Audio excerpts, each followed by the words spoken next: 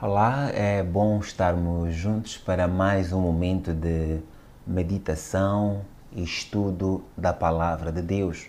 E nós hoje vamos falar sobre sinais de uma nova vida, ou de uma vida nova, se você preferir. E para tal, vamos ler uma porção das Escrituras Sagradas na carta que Paulo escreveu a igreja em Corinto, portanto, 2 aos Coríntios, capítulo 13, versículo 5. Ali encontramos as seguintes palavras: examinem-se para ver se vocês estão na fé, provem-se a si mesmos. Não percebem que Cristo Jesus está em vós? A não ser que tenham sido reprovados. Oremos. Amado Deus, nesta hora em que vamos ler, estudar e meditar na Tua Palavra, pedimos que Tu nos ilumines, abra os olhos do nosso entendimento para recebermos a Tua Palavra e que nós a coloquemos em prática. Trabalha nas nossas vidas e, Senhor, seja glorificado por intermédio das nossas vidas. No nome do Senhor Jesus. Amém. Há alguns anos o Dr. Scott esteve em Moçambique. Já o conhecia desde 1985, 86, mais ou menos, nas primeiras vezes que esteve no nosso país, em Moçambique. E as conversas que tivemos e a entrevista que tive a oportunidade de fazer a ele e também à sua equipa foram momentos muito interessantes e que estimularam muito também a minha fé. O Dr. Scott e o Dr. Packer deixaram alguns pensamentos e as meditações, os estudos que eles vieram dar inspiraram bastante a mensagem que gostava de trazer hoje, o estudo sobre sinais de uma nova vida. Foi o título que quis dar a esta reflexão. Gostava de compartilhar 4 aspectos da nova criação, pois Jesus disse a Nicodemos: é necessário que nasças de novo. Necessário vos é nascer de novo. Estes 4 aspectos principais seriam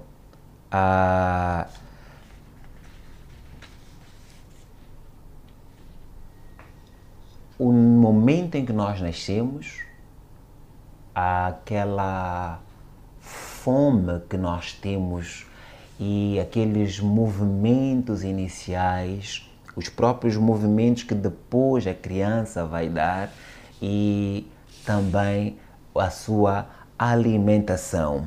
Vamos por parte. A questão do nascimento é bem conhecida. Você nasceu, senão não estaria neste estudo bíblico. Todos nós nascemos.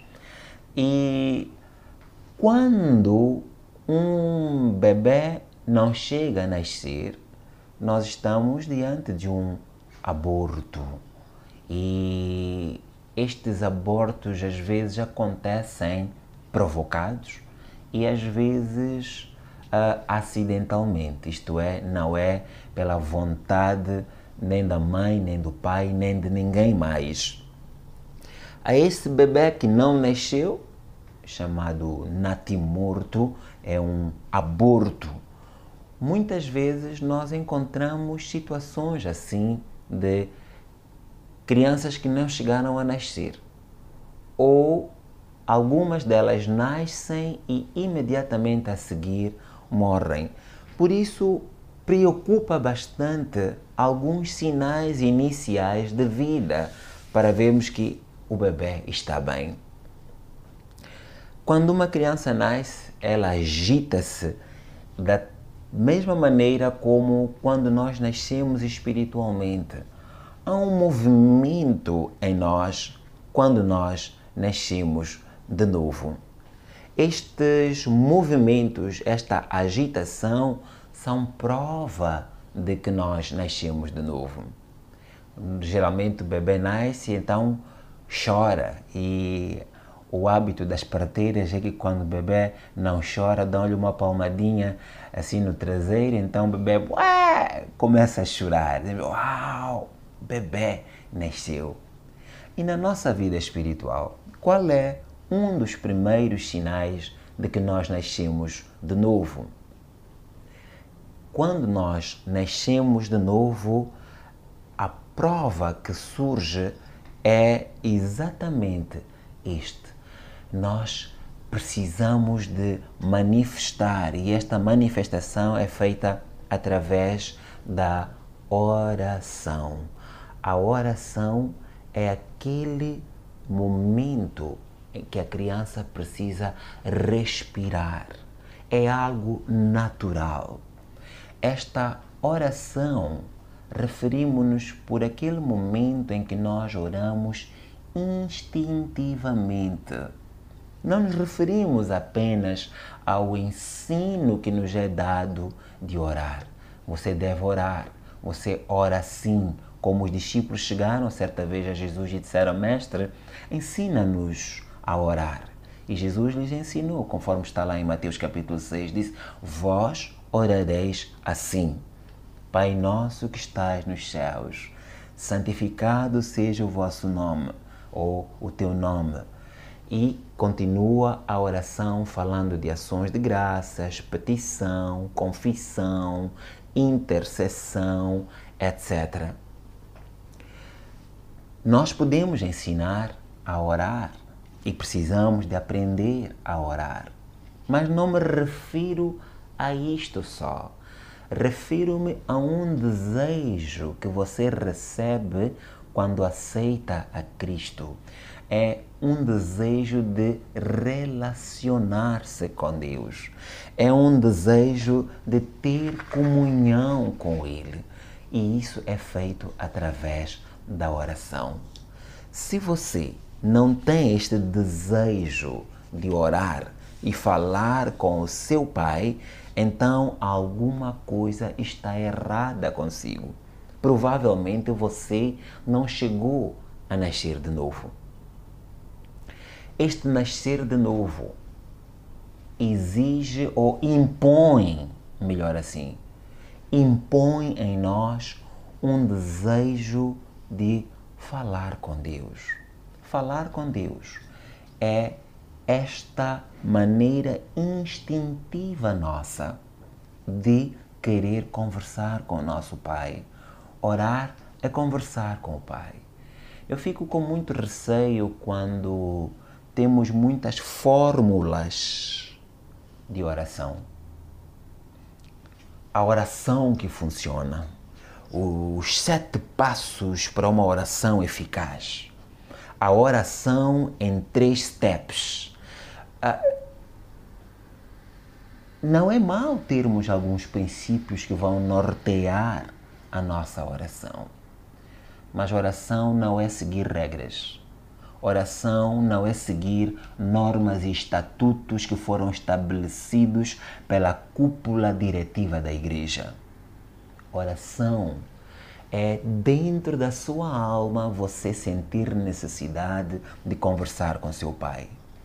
Oração é você abrir a boca.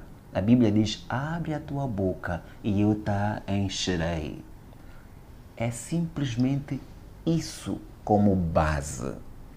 E se você tem este desejo de orar e conversar com o Pai como consequência de ter nascido de novo, o Espírito Santo vai pegar em você e começar a levar-lhe a novas experiências com Deus. E você vai entrar em experiências pessoais com Deus. Assim como Ezequiel viu aquele rio muito grande e a água, ele entrou, a água chegava e molhou-lhe os pés. chegou até os artelhos e foi subindo. Ele, quanto mais entrava para o rio, mais a água ia lhe levando até o momento em que ele ficou submerso na água. Esta é a profundidade quando nós estamos completamente mergulhados no Espírito. Mas não procure imitar os outros. Não seja escravo de regras. Eu repito, não nos faça, não confunda. Não estamos a dizer para não ser ensinado, para não seguir exemplo, mas estamos a dizer tenha a sua própria experiência com Deus a partir do desejo que o Espírito coloca em si de ter comunhão com Ele. Quando nós nascemos de novo, nós recebemos a adoção de filhos e o Espírito entra dentro de nós e nos dá o desejo de clamar Abba, Pai. Abba significa papá, paizinho. Este paizinho é o carinho com que nós nos aproximamos de Deus. Portanto, busque a Deus em oração. Em Gálatas capítulo 4, os versículos 4 e 5 mostram-nos que nós recebemos uma nova natureza, a natureza de Deus. E através desta natureza, conforme diz em Romanos 8 e 15, nós clamamos Abba, Pai. Louvado seja o nome santo do Senhor. Portanto, em primeiro lugar, nós, como um bebê que chora instintivamente nos seus primeiros movimentos, nós também ansiamos por Deus.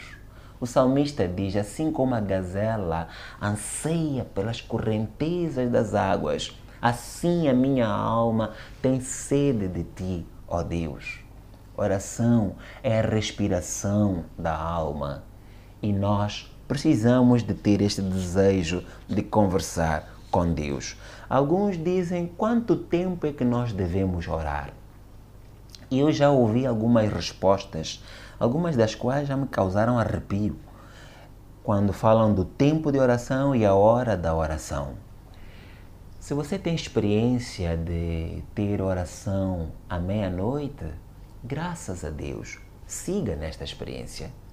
Se você tem a experiência de orar às 3 da madrugada, e essa é a boa hora, graças a Deus por isso. Se você prefere orar ao meio-dia, louvado seja o Senhor, siga nessa também. Mas não imponha aos outros regras da hora em que deve orar e o tempo que deve orar. Alguns temos ensinado que no mínimo temos que dar o dízimo da nossa oração, do nosso tempo para a oração. E até erramos, dizemos que esse dízimo significa 2 horas e 40 minutos porque o dia tem 24 horas. A primeira coisa é que 24 horas, o dízimo não é 2 horas e 40 minutos, isso é um erro de cálculo, ok? Matematicamente está errado.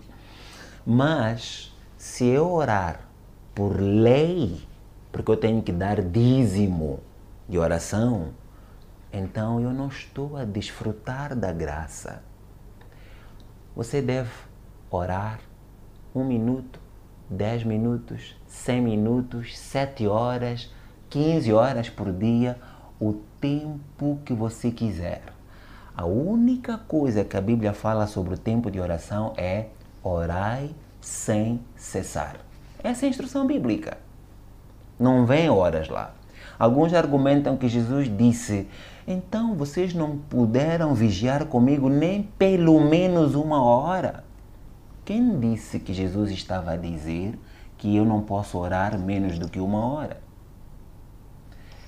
Quando Jesus orou diante do túmulo de Lázaro, levou menos de 40 segundos a oração dele, menos de 1 minuto. Certa vez, em Mateus 11, creio que é versículo 25, Jesus se emocionou e fez uma oração muito breve também. Mas houve momentos, ou era a sua vida de oração, ficar praticamente a noite, quase toda a noite, toda a madrugada em oração. Então não é questão de quanto tempo. e nem a hora em que você ora, mas sim a atitude do seu coração de saber que está a relacionar-se com o seu pai e quer conversar com ele. Então, assim como o bebê chora quando nasce, e este é um sinal de vida, assim também nós temos este desejo de ter comunhão com ele. Quando nós somos regenerados, temos esta atitude de viver neste reino. Também podemos ver em Mateus capítulo 18, versículos 3 e 4. O segundo aspecto que eu gostava de trazer é o que nós chamamos de fome. Esta fome faz parte do novo nascimento. O bebê, quando nasce, quer mamar, quer chupar o leite da mãe. E é um problema que preocupa todos se a mãe não tem leite suficiente. E algumas mães, as mais novas principalmente, ou por vergonha ou por medo, alguma coisa, não dão de mamar o bebê e depois dizem que não produzem leite suficiente. Aquela sucção, o mamar do bebê é que estimula a criação de mais leite. Quanto mais leite dá, mais leite produz e melhor alimenta o seu bebê. O leite materno é o melhor, é o que se diz. Nós também, espiritualmente, temos esta fome pela palavra, que é o alimento espiritual. 1 de Pedro, capítulo 2, versículo 2, diz: desejai afetuosamente o leite racional não falsificado, para que por ele vades crescendo. Quando nós nascemos de novo, nós sentimos fome pelo alimento espiritual. Às vezes não sentimos esta fome porque andamos a comer outras coisas. A minha mãe não deixava eu comer doces antes do almoço. Eu sempre gostei de chocolates e bolos. E na hora antes do almoço, ela não deixava eu comer isto. Porque eu ficava com a falsa sensação de que estava satisfeito, estava alimentado. Chegava à mesa e não queria comer. Assim acontece conosco. Lemos muita coisa. Lemos livros. Agora visitamos a internet. Procuramos tudo quanto as pessoas escrevem e lemos. É bom ler, mas nunca isso deve substituir o alimento sólido, fundamental da palavra de Deus, a Bíblia Sagrada. Primeiro devemos comer a Bíblia, alimentar-nos da palavra. Quanto amo a tua lei! É a minha meditação todo dia. Quão doces são as tuas palavras ao meu paladar, mais que o mel à minha boca. Está no Salmo 119, versículos 97 e 103. Leia também Hebreus capítulo 5, versículos 12 a 14, onde o escritor nos diz que a palavra de Deus é viva e eficaz e mais penetrante do que qualquer espada de dois gumes. E ela vai até lá no íntimo de nós e ela discerne os pensamentos e intenções do coração humano. Então, é a palavra de Deus que deve ser o alimento sólido na nossa vida. Anelar constantemente pela palavra de Deus e desejar aprofundar-se nela é o segundo sinal de uma pessoa regenerada, da pessoa que nasceu de novo. Vamos recapitular? Em primeiro lugar, você, como um bebê que chora ao nascer, você também chora, anela pela presença de Deus através da oração. Em segundo lugar, como um bebê que nasceu de novo quer mamar, você também quer beber da palavra de Deus, quer alimentar-se com o alimento espiritual. E não se esqueça que este alimento espiritual é você pessoalmente abrir a sua Bíblia e ler de uma forma progressiva. Comece, por exemplo, pelo livro de João, leia capítulo 1, todo ele. Siga para o capítulo 2, 3, 10, 15, 18 até 21. Acabe o livro todo de João, leia em espírito de oração, pedindo a Deus para que o ilumine e revele coisas gloriosas escondidas na sua palavra. Depois, leia os outros livros. Leia Mateus, Marcos, Lucas, leia o restante do Novo Testamento. Depois vá e leia o Antigo Testamento e leia quantas vezes for necessário. Não fique preocupado porque os outros já estão um capítulo à frente de si. Não é corrida. Você não é Nelson Piquet. Você não está numa disputa de carros. Leia no seu tempo e Deus vai fazer coisas magníficas na sua vida, porque a palavra de Deus é espírito e vida. Ela cura, ela transforma, ela renova a sua vida. Mas também você precisa estar numa igreja onde a palavra de Deus, a Bíblia Sagrada, é a autoridade máxima de doutrina, onde ela é ensinada e nós somos apelados a viver em conformidade com ela. Pratique isso. Se você estiver nessa comunhão com os irmãos, você vai crescer espiritualmente. Escute rádio, a televisão, onde haja programas que de facto edifiquem-no espiritualmente. Assim a palavra de Deus terá lugar na sua vida. Vamos para o próximo sinal de vida, de que você de facto não é um natimorto, você nasceu de facto de novo. Em terceiro lugar, a cabecinha da criança vira para aqui, vira para ali, começa a mexer, toca aquilo. O bebê como mexe mesmo.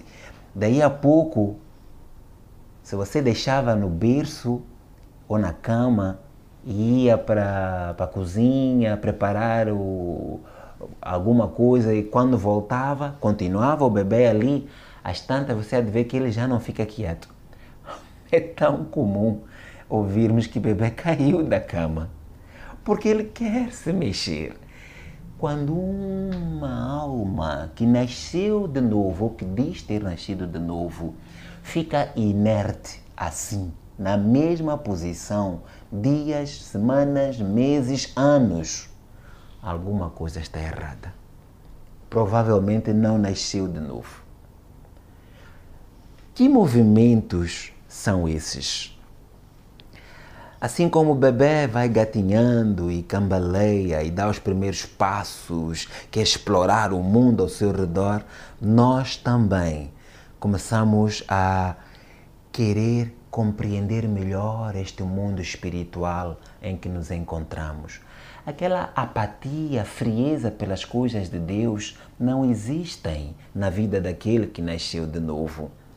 Nós queremos selecionar prioridades, começamos a ser leais, porque no novo mundo em que nós nos encontramos, são-nos trazidos novos ensinamentos e nós queremos usar isso, queremos apalpar essas novas realidades do mundo espiritual. Começamos a ouvir falar de seminários, conferências, retiros de jovens, ou de homens, ou de senhoras, ou de crianças. Ouvimos falar de escola dominical e outras atividades e nós sentimos necessidade e desejo de nos envolvermos com isso e nós entramos em tudo isto. Começamos a ter vários tipos de serviço e testemunho. Queremos falar de Jesus. João diz na sua epístola primeira, diz que aquilo que nós vimos, que nós ouvimos, que nós tocamos, e nós tocamos na palavra da vida, a referir-se à pessoa de Jesus. É isso que nós vos anunciamos e não podemos parar, deixar de vos falar sobre isso. Quando você nasce de novo, você quer compartilhar aos outros ou com os outros essa experiência. Este é sinal de que você nasceu de novo. Na escola, no serviço, na vizinhança, em qualquer lugar, você procura uma oportunidade de anunciar a Cristo. Você tem anunciado a Cristo? A sua família sabe que você nasceu de novo? Muitos de nós somos crentes 007. Ninguém sabe que eu sou cristão. Mas às vezes, por causa do meu comportamento, tenho medo de que as pessoas digam: hã? Você é cristão? Com esse estilo de vida? É isso que nos faz muitas vezes termos medo. Ficamos às vezes também com uma timidez de falar de Cristo. A Bíblia diz que Deus não nos deu um espírito de timidez, mas um espírito que clama com ousadia. Em Tito, capítulo 2, versículo 14, diz que nós devemos nos mostrar constantemente zelosos de boas obras. Zelosos de boas obras. O serviço a Deus é resultado de uma alma que nasceu de novo. Infelizmente, às vezes nós trocamos, colocamos a carroça à frente e colocamos o boi atrás. Não devia ser assim. Pensamos que vamos fazer boas obras, a fim de ver-se lá atrás, há de vir atrás ou à frente, depende do pensamento, que depois virá a minha salvação. Se eu trabalhar para Deus, se eu servir a Ele, eu hei de ser salvo. Se eu orar e ler a Bíblia e der esmola e praticar boas obras, eu vou ser salvo. Este pensamento não é apoiado pela palavra de Deus. É errado. O contrário é que é. Eu nasço de novo e, como consequência, eu hei de fazer boas obras. Porque a Bíblia diz que Ele nos chamou para praticarmos as boas obras que Ele preparou antes da fundação do mundo. Então, o cristão, a alma que nasceu de novo, tem uma vida de serviço a Deus. Tem prazer em servir ao Senhor. Trabalha para a expansão do reino de Deus. Nestas atividades estão atividades de comunhão com os irmãos. Cristão solitário que não gosta de estar com os outros irmãos é um caso muito arriscado. Toda criança gosta de ter convívio com as outras crianças. Se você nasceu de novo, você sabe disso. E por causa da inocência dela, mesmo quando houve alguma zanga, algum desentendimento com a outra criança, é difícil chegar ao fim do dia, estas crianças ainda zangadas.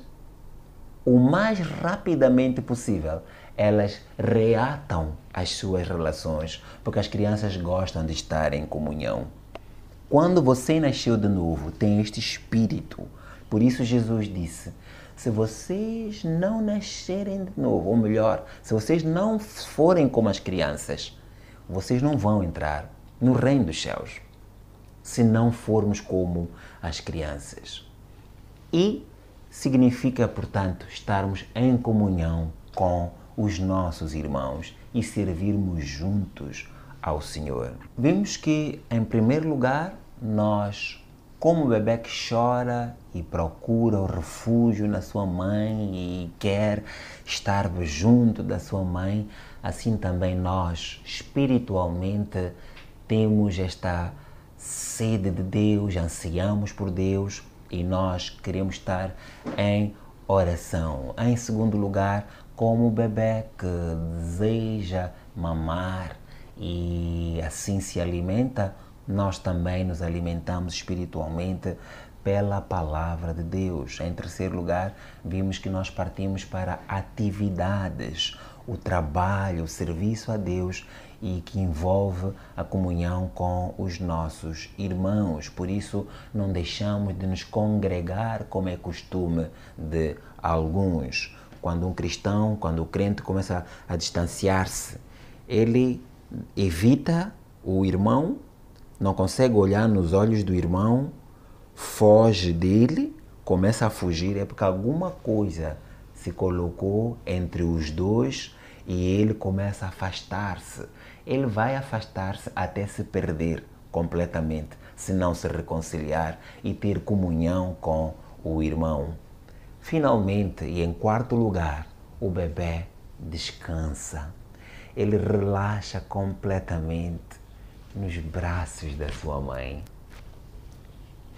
A minha mãe zangava comigo porque sempre quando ela pusesse o bebê nas costas, o meu irmão, eu ia ali brincar com o meu irmão nas costas da minha mãe.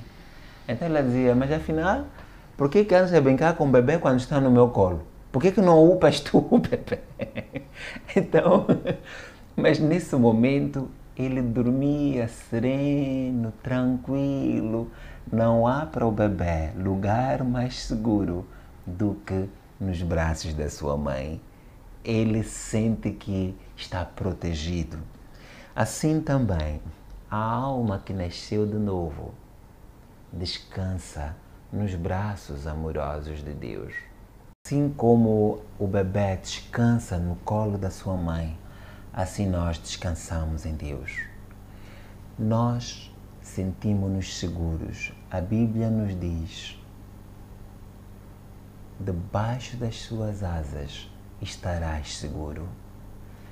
À volta dos braços eternos e amorosos e protetores de Deus, nós repousamos.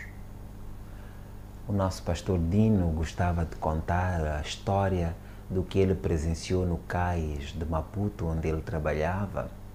No tempo colonial, há muitos anos, ele viu uma galinha a mexer as suas asas e a cacarejar de uma forma peculiar, uma forma especial, diferente das outras formas a que ele estava habituado a escutar. E isso é porque tinha havido um incêndio no cais e o fogo foi terrível. E a mãe galinha começou a cacarejar, afinal era a forma de chamar os pintainhos. E os pintos começaram a correr na direção da mãe galinha. E ela levantou as suas asas, os pintos todos vieram e a mamãe galinha fechou as asas.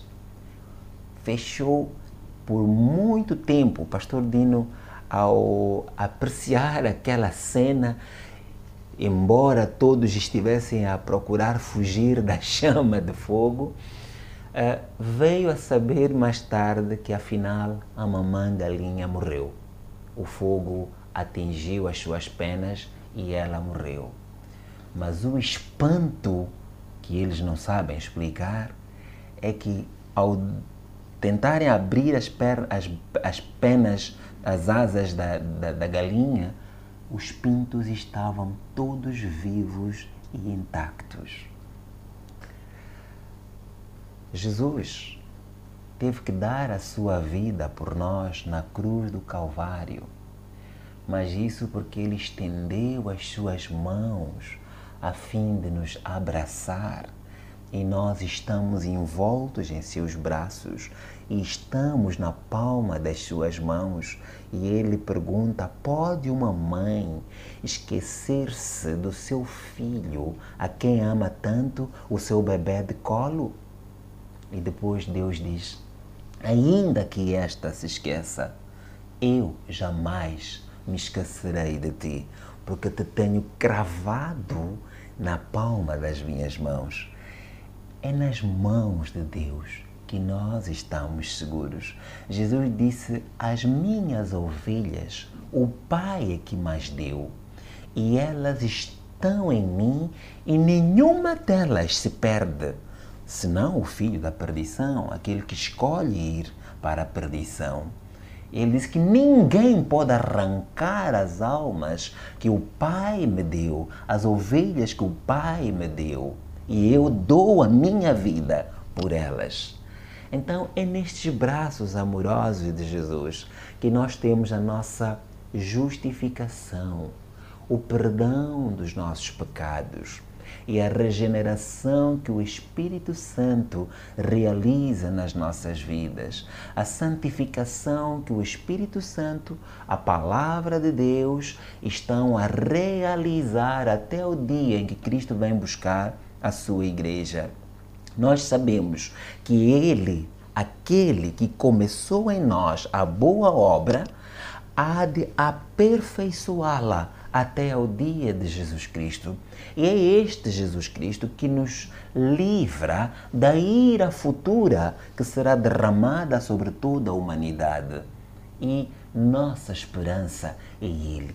Cristo Jesus, esperança da glória. Então nós descansamos nos seus braços. Nós estamos seguros nele. Ninguém nos pode arrancar dele. Nós descansamos. Não temerás espanto noturno, nem seta que voe de dia, nem peste que ande na escuridão, nem mortandade que assole ao meio-dia. 1000 cairão ao teu lado e 10.000 à tua direita, mas tu não serás atingido.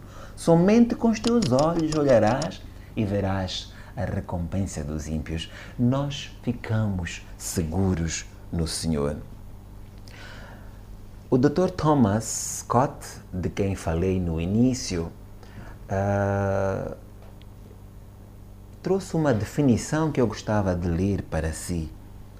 Ele disse: a regeneração pode ser definida como uma mudança realizada pelo poder do Espírito Santo no entendimento, na vontade e nas afeições de um pecador, o que consiste no início de um novo tipo de vida e dá outra direção à sua opinião, aos seus desejos, às suas buscas e à sua conduta. Estas mudanças têm vários nomes na Bíblia: criação, nova criação, transportar, circuncisão do coração, ressurreição, etc. Paulo diz em Gálatas 1, 15 a 16: quando, porém, ao que me separou antes de eu nascer e me chamou pela sua graça, aprove revelar seu Filho em mim. E em 2 Timóteo capítulo 1, versículo 9 diz: Deus que nos salvou e nos chamou com santa vocação, não segundo as nossas obras, mas conforme a sua própria determinação e graça, que nos foi dada em Cristo Jesus antes dos tempos eternos. E Pedro finaliza com: o Deus de toda graça, que em Cristo vos chamou à sua eterna glória. 1 de Pedro 5, versículo 10. Tem vários nomes, mas o sentido é o mesmo. Significa uma nova vida onde há mudança, transformação. Eu repito a definição que li do Dr. Scott. A regeneração pode ser definida como uma mudança realizada pelo poder do Espírito Santo no entendimento, na vontade e nas afeições de um pecador, o que consiste no início de um novo tipo de vida e dá outra direção à sua opinião, aos seus desejos, às suas buscas e à sua conduta. Quando nascemos de novo, há uma nova vida que inicia em nós, que é a natureza de Deus na nossa vida, e há de haver sinais. Examinem-se para ver se vocês estão na fé. Provem-se a si mesmos.